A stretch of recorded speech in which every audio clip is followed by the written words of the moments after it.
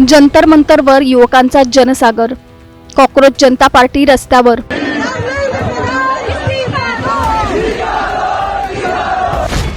अमेरिकेतून थेट दिल्लीत अभिजित दिपकेंची आंदोलनात एंट्री।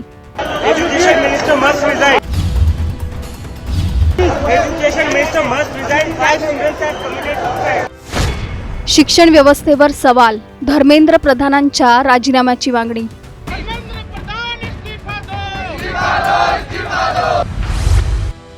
सोशल मीडियावर सुरू झालेली एक मोहीम आता प्रत्यक्ष रस्त्यावर उतरली आहे। लाखो तरुणांचे लक्ष वेधून घेणारी कॉक्रोच जनता पार्टी आता दिल्लीच्या जंतर मंतरवर शक्ती प्रदर्शन करताना दिसते। परीक्षा आणि भरती प्रक्रियेतील कथित त्रुटींविरोधात उभ्या राहिलेल्या या आंदोलनाने आता राष्ट्रीय पातळीवर चर्चा निर्माण केली आहे। अमेरिकेतून भारतात परतलेल्या अभिजित दिपके यांच्या नेतृत्वाखाली सुरू झालेल्या या आंदोलनाकडे विद्यार्थी, सामाजिक कार्यकर्ते आणि राजकीय वर्तुळांचं लक्ष लागलंय।